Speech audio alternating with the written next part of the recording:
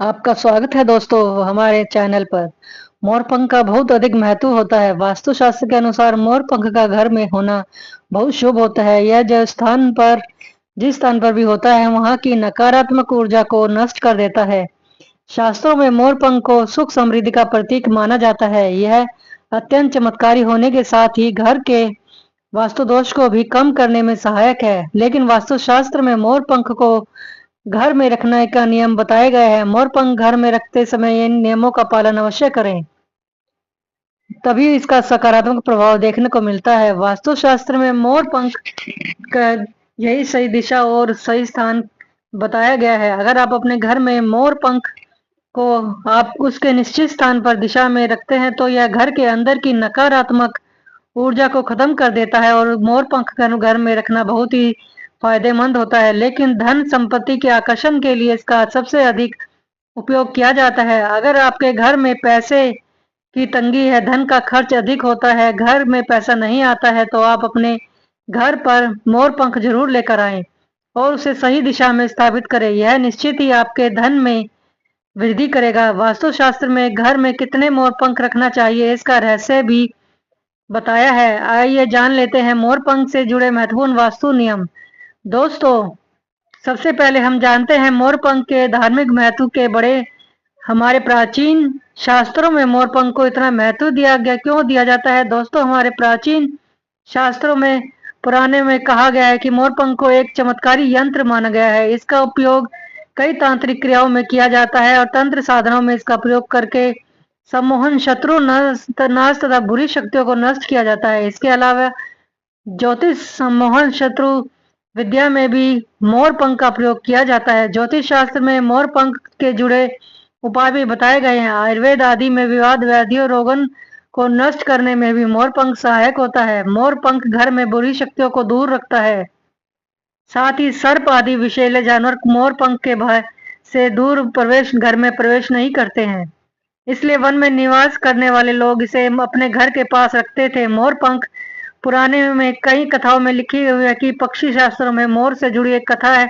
बहुत प्राचीन कथा है। जो संध्या नाम का एक असुर हुआ करता था, वह बहुत ही शक्तिशाली और बड़ा तपस्वी था। गुरु शुक्राचार्य से विद्या प्राप्त करके संध्या नाम का असुर देवताओं को अपना शत्रु मानने लगा था। उसने ब्रह्मदेव और भगवान शिव से वरदान प्राप्त किया और बहुत अधिक शक्तिशाली बन गया। उसके बाद उसने स्वर्ग पर आक्रमण किया, कई देवताओं को बंदी बना लिया। लेकिन उसे असुर को पराजित करने के लिए देवताओं ने एक योजना बनाई और उसके लिए उन्होंने मोर की सहायता ली। तभी देवताओं और नौ ग्रह मोर के पंखों में विराजित हो गए, जिससे मोर पंख की अधिक शक्तिशाली बन गया और विशाल काय धारण करके उसे मोर ने संध्या असुर पर आक्रमण कर दिया। इस युद्ध में असुरों का वध हो गया और देवताओं को उनका आधिपत्य प्राप्त हुआ। सभी देवताओं ने मोर की प्रशंसा की और उसे भी पूजनीय होने का वरदान दे दिया। तभी से मोर पंख पवित्र माना जाता है। जो जिस स्थान पर मोर पंख होता है वहां पर नौ ग्रह का अशुभ प्रभाव नहीं पड़ता। दोस्तों, केवल ऋषि मुनि और देवता ही नहीं बल्कि भगवान श्री कृष्णा भी मोर पंख की प्रशंसा करते हैं। भगवान श्री कृष्ण ने मोर पंख की श्रेष्ठता का वर्णन किया है और उन्होंने मोर पंख को अपने मुकुट में धारण करके मोर के श्रेष्ठ होने का प्रमाण भी दिया है। मोर पंख के बिना भगवान श्री कृष्ण कहानी पर भी नहीं जाते। श्री कृष्ण कहते हैं मोर शांति और प्रेम का प्रतीक है। मोर सुख समृद्धि का भी प्रतीक है।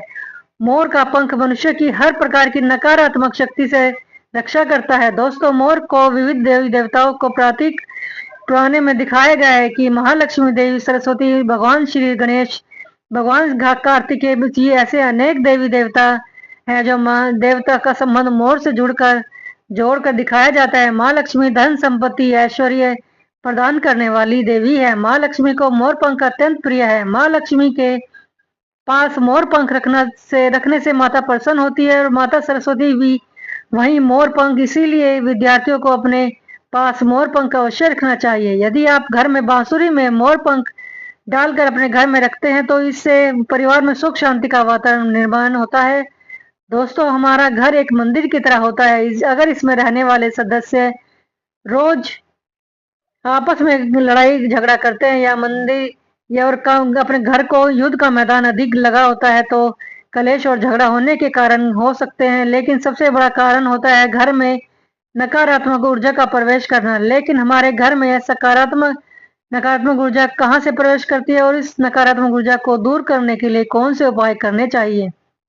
वास्तुशास्त्र के अनुसार प्रत्येक घर में नकारात्मक ऊर्जा फैलाने वाली चीज मौजूद होती है। इन वस्तुओं के बिना हमारे घर चल नहीं पाता। इन वस्तुओं की को तो हम घर से बाहर नहीं निकाल पाते, लेकिन उसे नकारात्मक ऊर्जा को अवश्य बाहर निकाल सकते हैं। इसके लिए हमें मोर पंख का उपयोग करना चाहिए। अगर उसे अपने घर के मुख्य द्वार के पास हवा में जोर जोर से हिलाए और उसके घर के और उसे अंदर की नकारात्मक ऊर्जा आपके घर से बाहर चली जाएगी। अगर आप रोज सुबह ऐसी करते हैं तो आपके घर में अंदर की संपूर्ण नकारात्मक ऊर्जा धीरे धीरे समाप्त हो जाएगी और आपके घर में सकारात्मक वातावरण का निर्माण होगा। इसी बात को ध्यान में रखते हुए आज हम आपको बताएंगे कि घर में कौन सी 3 जगह है जहां पर आपको मोर पंख जरूर रखना चाहिए, और इन जगहों पर अगर आप मोर पंख रख देते हैं तो आपके घर में सबसे अधिक सकारात्मक ऊर्जा बनी रहेगी। सबसे पहले बात, घर में से नकारात्मक ऊर्जा को दूर करने के लिए अगर घर में नकारात्मक ऊर्जा है और परिवार के सदस्यों की तरक्की अड़चन निर्माण हो रही है तो आप अपने मुख्य द्वार के ऊपर गणेश जी की प्रतिमा रखें और प्रतिमा की दोनों तरफ मोर पंख अवश्य रखें। इससे आपके घर में किसी भी प्रकार की नकारात्मक ऊर्जा प्रवेश नहीं करेगी।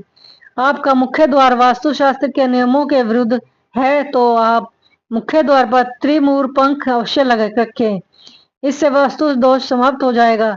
बात ग्रहण दुष्प्रभाव से बचाने के, अगर घर के सदस्यों पर ग्रहण का दुष्प्रभाव है अथवा ग्रहण की स्थिति खराब चल रही है तो मोर पंख ले और उसे पर गंगा जल छिड़के और शुद्ध जल छिड़क कर छिड़काव करे। फिर इसे ऐसे स्थान पर रख दे जहां पर इसे आपकी ग्रह शांत होने लगे।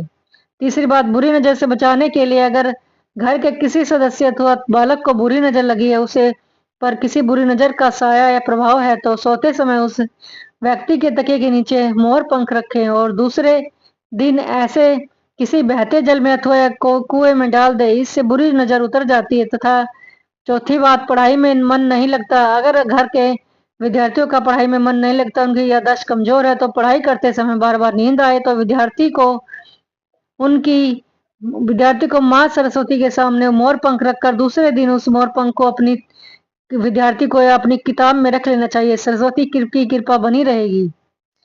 पांचवा उपाय, दुष्ट शत्रुओं से छुटकारा पाने के लिए अगर कोई शत्रु जानबूझकर आपको परेशान कर रहा है और बाहर आपको नुकसान पहुंचाने का प्रयास करता है तो मंगलवार के दिन हनुमान जी की मस्तक का सिंदूर मोर पंख पर लगाएं और सुबह के समय बिना नहाए इसे बहते हुए जल में प्रभाव करें और इससे शत्रु से छुटकारा मिलता है। छठी बात, मनवांछित फल प्राप्त के लिए अगर माँ की कोई इच्छा अधूरी है, कई दिनों तक नहीं पूरी हो रही तो इसके पश्चात भी मनवांछित फल प्राप्त नहीं होता है तो कार्यों में बार बार रुकावटें आ रही हैं तो आप राधा कृष्णा के मंदिर में जाकर भगवान श्री कृष्ण को मोर पंख चढ़ाए अथवा घर में ही श्री कृष्ण की मूर्ति पर मोर पंख लगाए और अपनी इच्छा उनके सामने प्रकट करे। सातवीं बात, अगर पति पत्नी के बीच तनाव हो, घर के अंदर कलेश हो तो पति पत्नी के बीच बार बार झगड़ा होता हो तो आपसी प्रेम कम होने लगा है तो उनके बेडरूम में दक्षिण पूर्व की दिशा में मोर पंख रख देना चाहिए।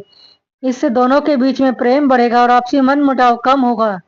आठवां उपाय, धन में वृद्धि के लिए धन की कमी है, अचानक धन खर्च हो जाता है तो घर में तिजोरी अवश्य लगाएं। इससे तिजोरी पूर्व दिशा, या ध्यान रखें कि तिजोरी को पश्चिम की दीवार से सट कर रखे और उसका मुख पूरब की ओर हो। इससे देवराज की कृपा दृष्टि बनी रहेगी और साथ ही माँ लक्ष्मी की पूजा में मोर पंख रखकर उसे तिजोरी में रखें। इससे घर में सुख समृद्धि आएगी और धन की कमी महसूस नहीं होगी।